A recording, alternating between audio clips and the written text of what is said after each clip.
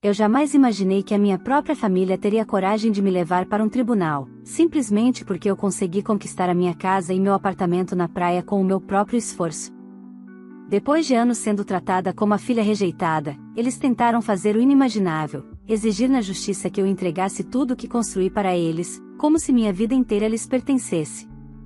O que eles não esperavam é que, ao fazer isso, acabariam revelando segredos, mentiras e vergonhas que esconderam por décadas, e que tudo viraria contra eles dentro da sala de audiência. Se você quer saber como eu virei esse jogo, e como meus pais e minha irmã mimada começaram a pagar caro pelo que fizeram comigo, escute essa história até o final. Você não vai acreditar no que aconteceu. Olá, seja bem-vindo ao canal Histórias Surpreendentes. Curta e se inscreva nesse canal, aproveite e ative as notificações, comente aqui de qual cidade você está assistindo, vou adorar saber e deixar um coração no seu comentário. Vale lembrar que os nossos vídeos não são relatos reais, são histórias voltadas apenas para o entretenimento. Toda a criação e edição são feitas pelo proprietário do canal. Eu costumava achar que algumas pessoas nasciam simplesmente destinadas a serem invisíveis dentro da própria família. Cresci em Belo Horizonte, numa casa grande que parecia menor a cada ano, não por causa das paredes, mas pela forma como meus pais e minha irmã, Lívia, me comprimiam para dentro de um canto simbólico onde minhas opiniões, escolhas e sentimentos valiam menos que o tapete da sala. Enquanto minha irmã vivia como se estivesse em um palco iluminado, a princesa da família, a que sempre recebia presentes caros, viagens e elogios exagerados, eu me tornava a sombra conveniente. A filha silenciosa. A que estudava demais. A que nunca era suficiente. Quando fiz 17 anos e decidi que prestaria vestibular para engenharia ambiental, meu pai quase engasgou com o café. Por que não escolhe a administração? Trabalharia conosco na empresa. É óbvio.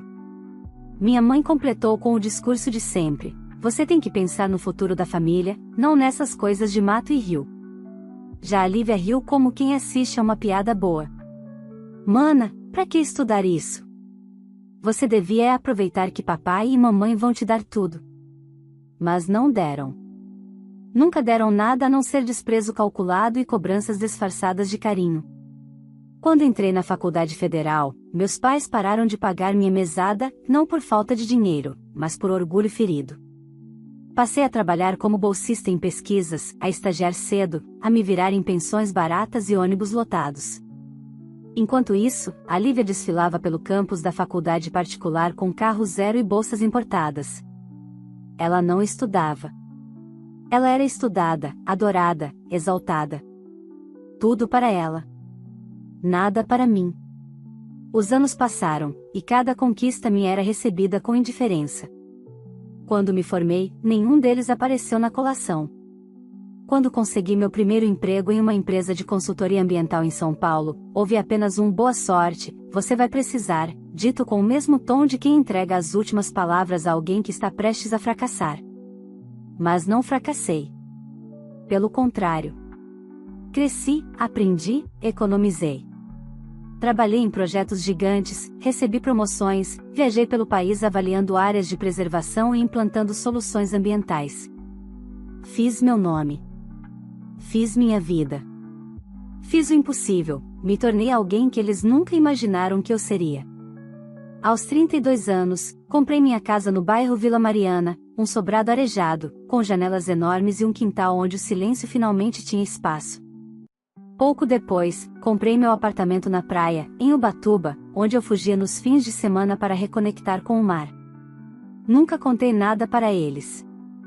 Não por medo, mas por proteção. A paz que conquistei era preciosa demais para ser compartilhada com quem sempre tentou destruí-la. Só que o Brasil é grande, mas as fofocas correm rápido. E bastou uma única foto postada por uma amiga, mostrando a vista do meu apartamento na praia, para minha família descobrir o que eu havia construído. Não demorou 2 dias para meu celular tocar. Era meu pai. A voz firme, autoritária, como se ainda tivesse qualquer controle sobre mim. Você vai transferir sua casa e o apartamento da praia para o nome da família.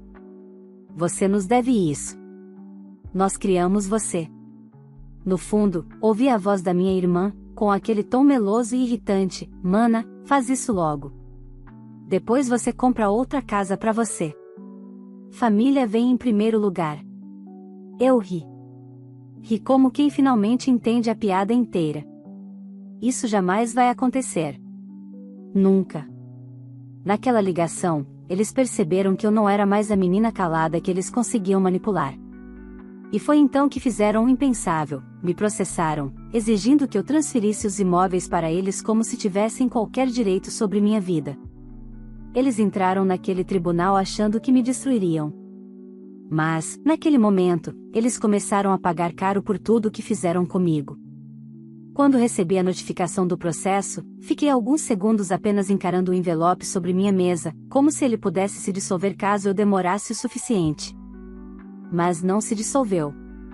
Era real. Meu pai, minha mãe e a minha irmã tinham formalizado judicialmente a exigência absurda de que eu transferisse para eles minha casa e meu apartamento na praia, como se meus bens fossem extensão natural do patrimônio da família.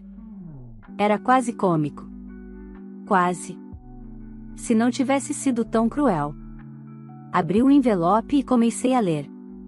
A petição inicial dizia que eu havia adquirido meus imóveis graças à estrutura familiar e que minha ingratidão justificava que tudo fosse colocado de volta no nome da família. Eles alegavam que me sustentaram por anos, que investiram em minha educação, mentira descarada, e que, portanto, eu tinha responsabilidade moral e financeira de devolver o que na verdade lhes pertencia. Ao final, o pedido explícito, transferência compulsória dos 2 imóveis. Assinado pelos 3. Inclusive pela minha irmã, Lívia, que, até onde eu sabia, nunca tinha assinado nada além de cupons fiscais de lojas caras. Fechei o envelope devagar e respirei fundo. Uma parte de mim queria chorar, não pela agressão em si, mas porque, em algum lugar muito profundo, ainda existia a ferida de nunca ter tido uma família normal. A outra parte de mim, a parte que eu mesma construí, que assumiu o controle. Não era hora de lamentar. Era hora de agir. Liguei para minha advogada, doutora Carolina Menezes, uma das melhores em direito civil e patrimonial de São Paulo, alguém que eu contratara anos atrás quando comecei a construir meu patrimônio. Expliquei brevemente a situação, e ela pediu que eu fosse imediatamente ao escritório. No caminho, enquanto observava a cidade através da janela do Uber, senti algo que não sentia há anos, um fio de raiva queimando por dentro, quente e lúcido. Não por aquilo que fizeram comigo agora, mas por tudo que fizeram durante a vida inteira. Como se tivessem desenterrado, de propósito, cada pedaço de dor que passei tentando superar. Quando cheguei ao escritório, Carolina me recebeu com a calma de quem já viu absurdos piores, mas se impressionou com aquele. Eles realmente querem tomar seus imóveis? Ela perguntou, folheando os documentos. Querem, respondi. E ainda acham que são vítimas. Ela fechou a pasta com firmeza. Isso não vai prosperar. Mas prepare-se, eles vão tentar transformar isso num circo emocional. Pessoas assim não suportam ver alguém que consideravam inferior se dar bem. Concordei. Era exatamente isso. Eles nunca suportaram a ideia de que eu pudesse viver bem sem depender deles. Para meus pais, ser independente era sinônimo de ingratidão. Para minha irmã, significava simplesmente que eu não tinha utilidade. Carolina começou a me explicar a estratégia, contestação, provas, testemunhas, histórico financeiro, tudo para deixar claro que eles jamais contribuíram com meus estudos, minha formação ou qualquer parte do que construí. Você não tem nada a temer, que ela garantiu. Mas prepare-se para revê-los. Eles vão comparecer à audiência. Meu estômago apertou. Não de medo, mas de algo que eu aprendi a reconhecer, nojo. Era a sensação de encarar pessoas que sempre te olharam como se você fosse um peso morto na família. Pessoas que só acreditam no seu valor quando podem se aproveitar dele. Naquela noite, fui para o meu sobrado na Vila Mariana e sentei na varanda, olhando as luzes da cidade. Lembrei do dia em que assinei os papéis daquela casa. Lembrei da paz que senti ao entrar pela primeira vez naquele lugar que finalmente era meu. Cada centímetro daquele lar tinha sido conquistado com suor, estudo, noites viradas e escolhas difíceis. E agora eles achavam que poderiam simplesmente pegar tudo porque, na cabeça deles, eu devia minha vida inteira à família. Não deviam saber que eu anotei cada centavo que paguei durante a faculdade. Não deviam saber que as bolsas e estágios que me sustentaram eram frutos do meu esforço, não deles. Não deviam saber que, enquanto eles me ignoravam, eu construía algo sólido, dia após dia, em silêncio. E agora queriam arrancar isso de mim. Olhei para o céu nublado e senti algo crescer dentro de mim. Não era tristeza. Era força. Era como se todas as versões mais jovens de mim, a menina que chorou escondido, a universitária que pegava ônibus às 6 da manhã, a recém-formada que ouvia previsões de fracasso, estivessem finalmente dizendo juntas, agora chega. A audiência estava marcada para dali a 3 semanas. E se eles achavam que iriam me destruir, não tinham ideia do que os esperava. Os dias que antecederam a audiência passaram em uma mistura de silêncio e inquietação. Eu seguia minha rotina no trabalho, analisando relatórios ambientais, coordenando equipes, viajando para visitas técnicas, mas, por trás de cada tarefa, havia a sombra constante daquilo que estava prestes a acontecer. Não porque eu duvidasse da justiça, mas porque sabia que enfrentaria pessoas capazes de qualquer coisa quando sentem o próprio ego ameaçado. Na semana anterior à audiência, Carolina me chamou para uma reunião final de preparação. Quando entrei na sala dela, encontrei uma mesa repleta de documentos, contratos de compra, comprovantes de transferência, extratos bancários, declarações de imposto de renda, tudo perfeitamente organizado. Eles vão tentar invalidar sua independência, ela explicou. Vão dizer que você teve ajuda deles. Então vamos provar, ponto por ponto, que você construiu sua vida sozinha. Sentei-me e comecei a revisar cada documento. Ali, diante de mim, estavam os últimos 15 anos da minha vida traduzidos em números, assinaturas e comprovantes. Cada emprego, cada bolsa, cada promoção, cada parcela paga, tudo estava registrado.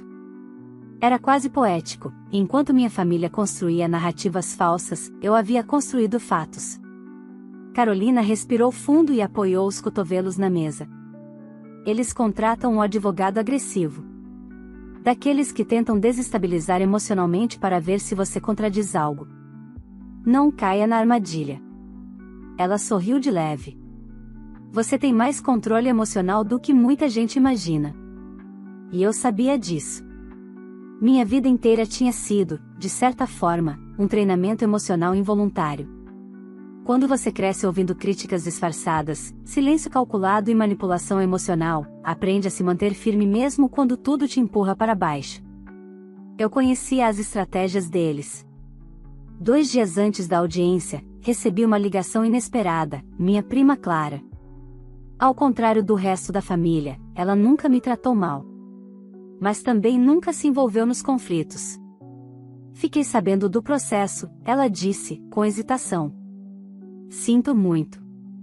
Isso é absurdo. Agradeci.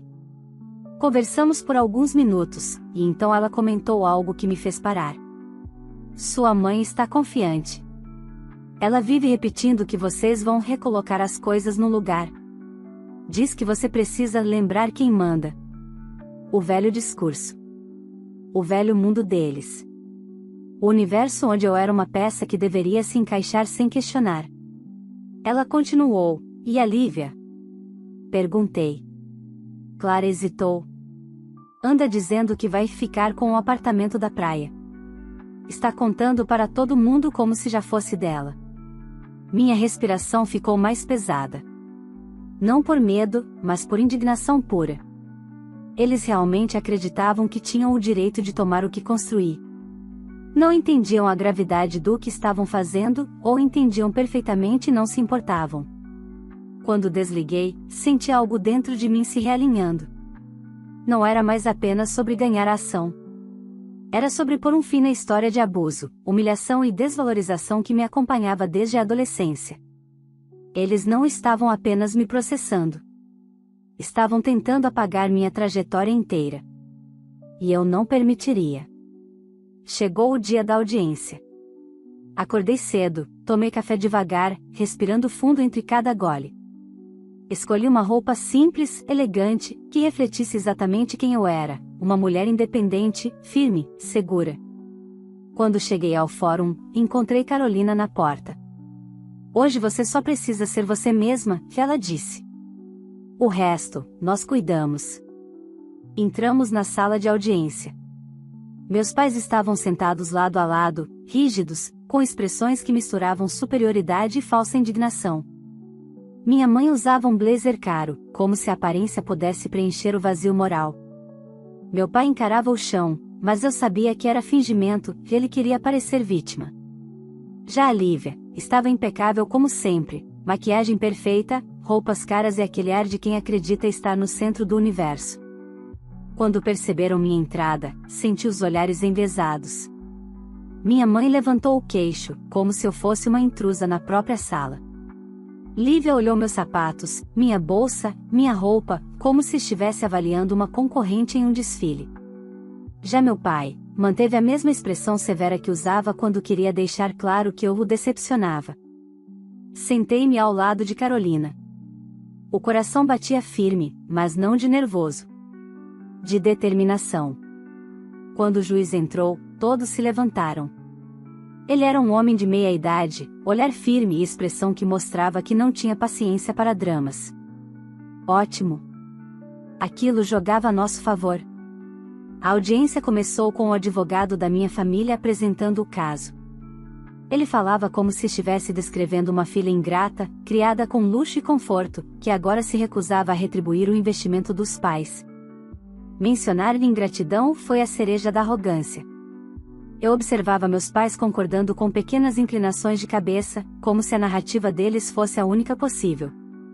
Mas então, quando chegou nossa vez, Carolina se levantou e abriu o primeiro documento.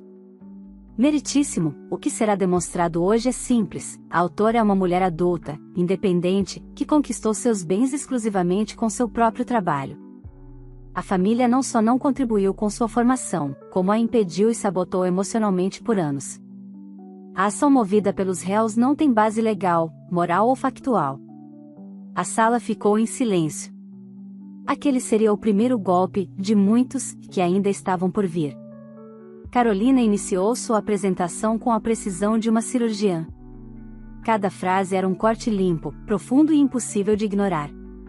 Ela não usava palavras para enfeitar, usava como armas. Eu observava o juiz acompanhar cada ponto com atenção, enquanto meus pais e minha irmã começavam a trocar olhares inquietos. Era a primeira rachadura real na confiança arrogante deles. Aqui estão, Carolina prosseguiu, cópias das declarações de imposto de renda da minha cliente desde os 18 anos de idade. Veremos que não há registro de pensão, ajuda financeira, mesada ou qualquer transferência de valores oriunda dos réus. Pelo contrário, a autora permaneceu economicamente independente desde que ingressou na universidade. O advogado da minha família pigarreou, desconcertado. Meu pai franziu a testa. Minha mãe cruzou os braços com força, como quem tenta se agarrar à própria versão da história. A Lívia, por outro lado, parecia estar perdendo o ar. Não por arrependimento, mas porque, pela primeira vez, percebia que talvez o mundo real não funcionasse pelas regras que ela sempre ditava. Carolina continuou, abrindo outra pasta. Estes são os contra-cheques da autora, comprovantes de estágios, bolsas de pesquisa e salários acumulados ao longo dos anos. Aqui estão as cartas de recomendação de antigos supervisores, registros de contratos, extratos de poupança e investimentos. Tudo construído exclusivamente por mérito próprio. Meu pai balançou a cabeça e murmurou algo para o advogado, que corou e tentou se recompor. A juíza ergueu uma mão. Silêncio, por favor. Continuem. Carolina então exibiu a parte que eu sabia ser definitiva, os documentos de compra dos imóveis. Esta é a escritura da casa adquirida na Vila Mariana. Aqui está o contrato de financiamento, o histórico de pagamentos, a aprovação bancária e os extratos comprobatórios. Todos no nome da autora. Sem participação dos réus. Ela virou outra aba. E esta é a escritura do apartamento em Ubatuba. Compra à vista parcial, complementada com financiamento. Também no nome exclusivo da autora. Sem vínculos familiares, sem procurações, sem doações, sem qualquer aporte dos réus. A juíza examinou tudo com um olhar clínico. Meus pais estavam empalidecidos, como se cada documento retirasse deles um pouco da segurança construída em mentiras convenientemente repetidas dentro de casa durante anos. A voz da juíza cortou o silêncio. Diante desses documentos, pergunto aos réus: vocês têm provas de que contribuíram financeiramente para que a autora adquirisse esses bens? O advogado deles engoliu seco. Meritíssima, a contribuição foi moral, afetiva, familiar. Eu quase ri. Quase. A juíza ergueu uma sobrancelha. Contribuição afetiva não transfere titularidade de bens. Ela se virou para meus pais. Vocês têm extratos? Comprovantes? Transferências bancárias? Qualquer documento que comprove participação financeira. Silêncio. Longo. Embaraçoso. A juíza insistiu: alguma prova? Minha mãe, com voz cortante, respondeu: não está escrito, mas é evidente que investimos na criação dela. Isso vale mais do que dinheiro. Carolina se levantou novamente, com postura impecável. Meritíssima, a criação mencionada pelos réus inclui expulsões emocionais, abandono afetivo e anos de negligência comprovada por testemunhas, mensagens e ocorrências escolares. Se for necessário, podemos apresentar tudo. Meus pais arregalaram os olhos.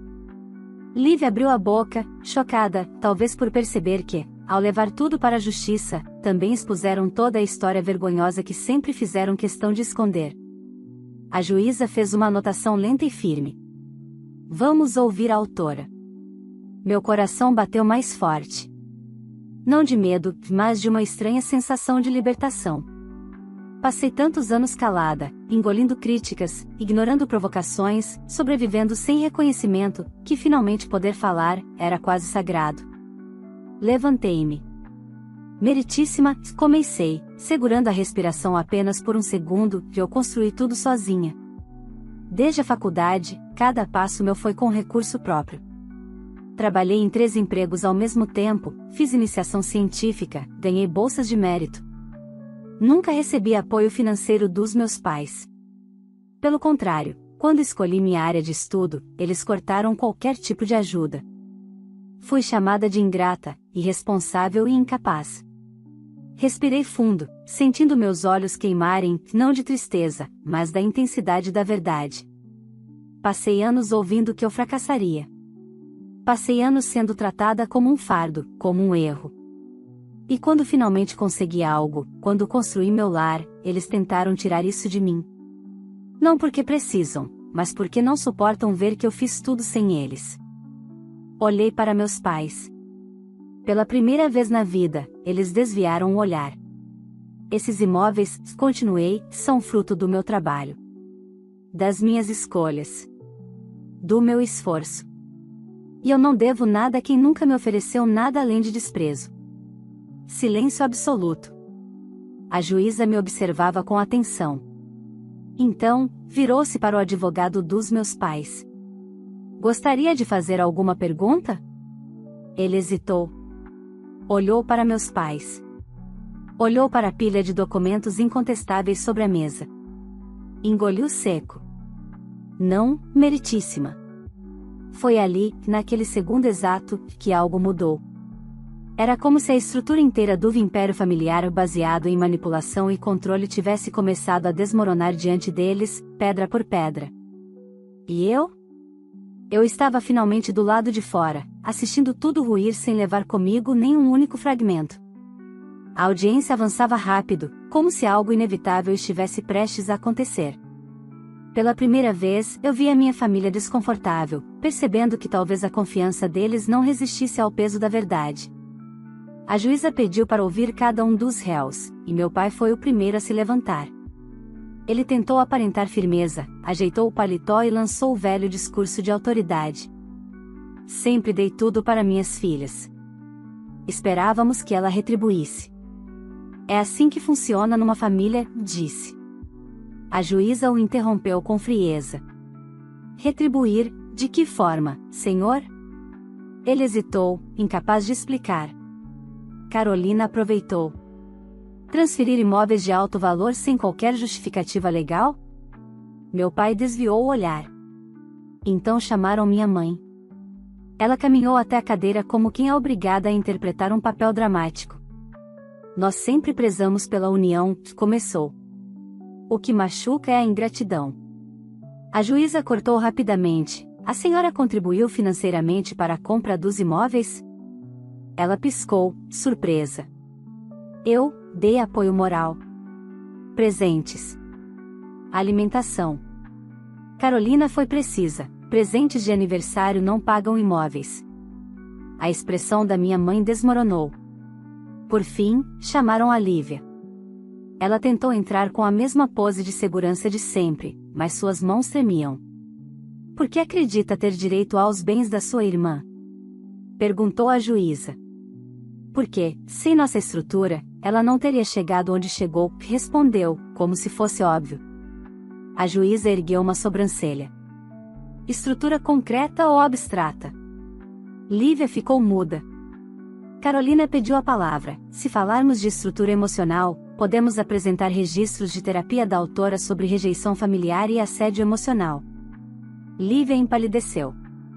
A juíza fechou a pasta com firmeza. Já viu o suficiente. Ela olhou diretamente para meus pais. Há alguma fundamentação legal para exigir bens adquiridos exclusivamente pela autora? Silêncio absoluto. Eles se entreolharam, perdidos. Pela primeira vez, vi minha família sem a máscara de poder. Vi 3 pessoas tentando sustentar uma mentira tão frágil que não resistia a uma única pergunta objetiva. A juíza anunciou: vamos para a fase final da audiência. Meu coração acelerou, mas eu estava serena. Minha mãe começou a chorar discretamente. Lívia tentava salvar a maquiagem. Meu pai respirava fundo, tentando resgatar a autoridade que sempre acreditou possuir. Mas nada disso importava mais. O peso da verdade finalmente os alcançara. Eu observei a cena com uma calma que nunca imaginei ter. E entendi, naquele instante, que eles não estavam apenas perdendo um processo, estavam perdendo o controle que acreditaram que teriam sobre mim por toda a vida. A juíza se preparou para anunciar sua decisão, e eu soube, o capítulo final estava prestes a virar, que seria definitivo. A sala ficou tão silenciosa que parecia que ninguém respirava. Meus pais e minha irmã, antes tão confiantes, agora estavam encolhidos em suas próprias mentiras. A juíza revisou os papéis mais uma vez, ajustou os óculos e iniciou a decisão. Após analisar toda a documentação e ouvir ambas as partes, concluo que esta ação foi proposta sem qualquer fundamento legal, declarou, olhando diretamente para eles. Trata-se de uma tentativa abusiva de tomar bens adquiridos exclusivamente pela autora. O advogado da minha família tentou intervir, mas a juíza o interrompeu com um gesto firme. Os réus não apresentaram prova alguma de contribuição financeira. Não há justificativa legal ou moral para o pedido. Portanto, julgo a ação improcedente e os condeno ao pagamento das custas e honorários. Minha mãe levou a mão ao rosto, em choque. Lívia congelou. Meu pai parecia menor do que eu já ouvira. Mas a juíza não terminou. Antes de encerrar, quero registrar algo importante, disse ela, encarando cada um deles. A autora demonstrou independência e equilíbrio. Já vocês, tentaram transformar a própria filha em inimiga porque não suportaram seu sucesso. Isso não é família. É abuso. Minha mãe explodiu. A senhora não sabe da nossa vida. Sei o suficiente, respondeu a juíza. E vi o comportamento de cada um aqui dentro. O martelo bateu. Caso encerrado. Era definitivo. Não só legalmente, emocionalmente também. Senti algo dentro de mim se desfazer, como se um peso de anos finalmente tivesse sido arrancado. Carolina se inclinou e sussurrou: acabou. Você venceu. Saímos do tribunal. No topo da escadaria, virei-me e vi minha família se aproximando. Minha mãe cuspiu: você destruiu nossa família. Não fui eu que trouxe isso ao tribunal, respondi. Lívia tentou o tom doce: mana, dá para resolver isso. A gente exagerou, não, cortei. Vocês escolheram esse caminho. Eu escolho seguir sem vocês. Virei as costas. Nada mais precisava ser dito. Horas depois, sentei no quintal da minha casa, finalmente em paz. Minha casa. Minha vida. Meu esforço. Pela primeira vez, senti liberdade completa. Percebi que nunca precisei deles para existir, e não precisava deles para continuar. A família que tentou me derrubar me perdeu quando decidiu me atacar. Eu, ao contrário, me encontrei. E isso valia mais do que qualquer laço de sangue. Se essa história mexeu com você, não esqueça de curtir esse vídeo, porque isso ajuda demais o nosso canal a alcançar mais pessoas que também gostam de histórias fortes como essa. Aproveita e se inscreve no canal para não perder nenhum dos próximos relatos, todos feitos com muito carinho e sempre cheios de emoção, superação e reviravoltas que prendem a gente do começo ao fim. E eu quero saber a sua opinião. Você faria o mesmo que a filha fez? Você teria coragem de enfrentar sua própria família diante de tanta injustiça? Me conta aqui nos comentários, porque eu adoro ler a opinião de vocês. Ah, e não esquece de me dizer de qual cidade você está assistindo esse vídeo, porque eu sempre passo nos comentários para deixar um coração especial para quem acompanha o canal de todo canto do Brasil e do mundo. E claro, se você conhece alguém que vai se identificar com essa história, compartilhe o vídeo. Sua indicação ajuda muito o canal a crescer e chegar a mais pessoas. Obrigada por estar aqui e até a próxima história. Vale lembrar que os nossos vídeos não são relatos reais, são histórias voltadas apenas para o entretenimento. Toda a criação e edição são feitas pelo proprietário do canal.